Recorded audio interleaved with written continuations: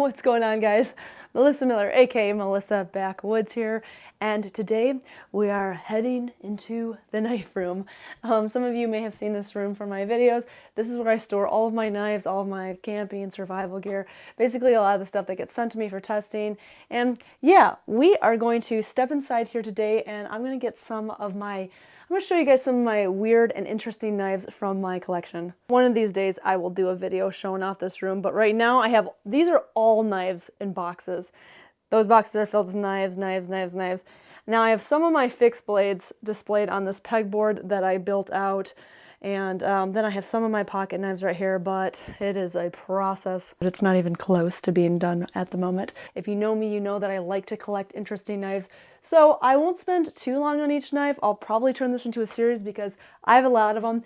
Anyways, let's get started on some weird knives from my collection. Okay, there are actually a lot of weird knives on this wall right here, but we're going to start off with the XL pocket sai. Okay, so this is the original pocket sai that I was gifted by John from Up Knife a couple of years ago at Blade Show West. And then this year at Blade Show Texas, he gave me the XL version. Here's the front. So we press this button right here, and then we can swing it out. It's ideal actually to put your finger in this ring so it doesn't fly anywhere. This has a dagger tip, and it's definitely one of those knives that you just want to make sure that you don't really have anyone near you when you're deploying it. You don't want to stab somebody.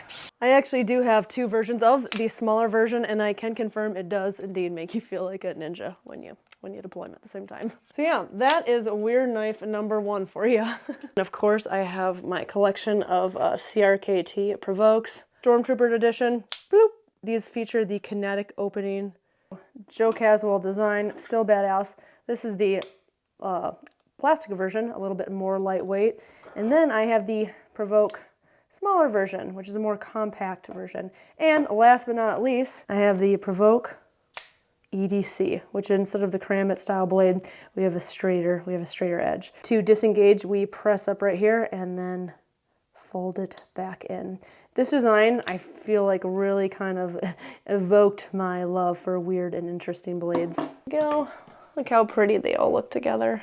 On the page of interesting Karambit designs, I guess these videos would not be complete without talking about the Riot XOK Gravity Karambit. So this is the trainer version, and then we have the regular version right here. So press the button, and then you deploy the gravity blade. Fun fact, this is one of the first prototypes they had out on the floor several years ago, and it's dangerous because when you close it, the blade extends out here, so that leaves you, you could accidentally nick yourself. But since creating this version, they've actually upgraded it and made it a lot safer on the close, but I don't know, I like owning these sketchy, weird prototypes. Still on the Karambit wall, so let's talk about this one. This is another weird knife. Strike knife alien. It looks weird, it looks like an alien, but it also features the Emerson wave deployment mechanism. This little hook catches on our pocket seam. Now when we put it in our pocket and pull it out, well, it snaps right open. I mean, the Emerson wave deployment mechanism it's seen across a lot of knives, but this plus the alien look is pretty darn nifty. Also, there's the flipper tab, and there's a bottle opener right there. Next up on weird knives I own, this is one I actually haven't even featured on my main channel yet. I've been holding on to it for quite some time. Here is a wonderful letter that the designer wrote me. If you want to pause and read it, it kind of talks about his inspiration for this knife. But this is called the Raider Creek EDC. This gentleman's goal was to design a pocket-friendly fixed blade knife. Check this out, so cool. Full tang pocket carry fixed blade. It has 5 parts. And yeah, the blade actually locks out at any length. So if you want it to be locked out here, you can just press this in, and then that's how tall your knife is. So they say, I don't have another knife like this. So really, really interesting. Here's what it looks like, broken down.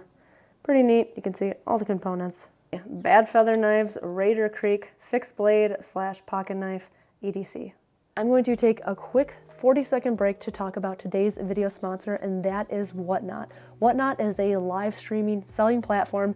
I am active on there. I go on about once a month and I live stream. I talk with everybody. I sell knives. I do knife giveaways. I'm going to be linking my live shows below, so if you want to join me in or join on in for the next one, you can absolutely do that.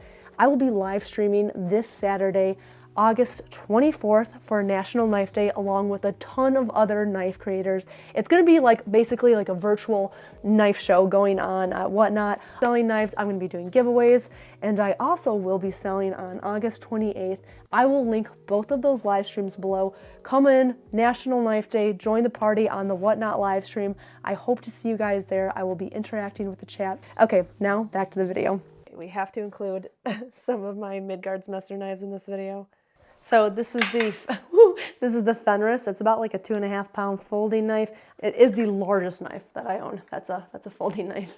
I don't think these are available anymore, but you fold it out, you take this little nut, you screw it in. I have not hard tested it yet. And that little screw goes through the ting, and now you cannot close it. Another interesting knife in my collection from Midgard's Messer is the Valhalla. Now this has called the knee joint opening mechanism, and yeah, this one is absolutely giant too. We have these little tabs right here. We squeeze those in, and once those get squeezed, we can close it. Very interesting blade. This one is 1 pound, 6 ounces. And an honorable mention to the Midgard's Messer Noro Nanny Noro. Another peculiar knife from the brand. This one includes a magnetic sheath. Oh, there's the clip. I don't think this video would be complete without showing at least a gravity knife or two. I have a couple of them, but this one is the Remita Swordfish. Really cool gravity knife that was released this year. We press this switch up and those little wings flare out, and then out comes the blade. I also have 2 of these. This is one of those ones that you can be like, wah! Okay, don't do that, but that's really fun to double deploy and retract them. Here's a black one. Very, very sexy. And once you get the feel for it, you can, well, that was a bit violent. You don't need to be that violent. Yes, the Remita Swordfish. Oh, okay. I just got these in the mail. I'm beyond excited about these. These are also gravity knives, and they are magnetic closure. So there is a magnet.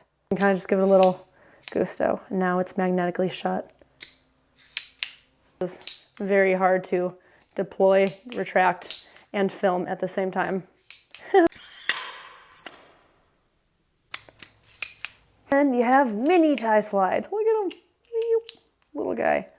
Oh, and they have the black one too. It's another cool one that I just did a short form video on. Pretty weird in the fact that it does not lock. So once it comes out, you can just press it down. It's a double detent knife. So just press it and then push it down. Really fantastic little blade. This is the Vero Engineering Neuron. Kind of interesting. Looks cool. So yeah, let's do a big blade for. I haven't done a big blade yet. Now this has been around since the 1940s. This is the Woodman's Pal. I bought this when I was really big into bushcrafting and shelter building. Basically supposed to combine an axe and a machete. You have your handguard right here. You have this tool right here that you can kind of like hook under and pull up vines with. Designed for civilian use, agricultural use, but it eventually became issued in the military. So they learned how to fight with this as well as clear brush. It is a great bushwhacking blade and very odd and interesting indeed. Really rich and cool history if you have a moment to research. We have a couple more. This one is the Keeper 2 by Viper Knives.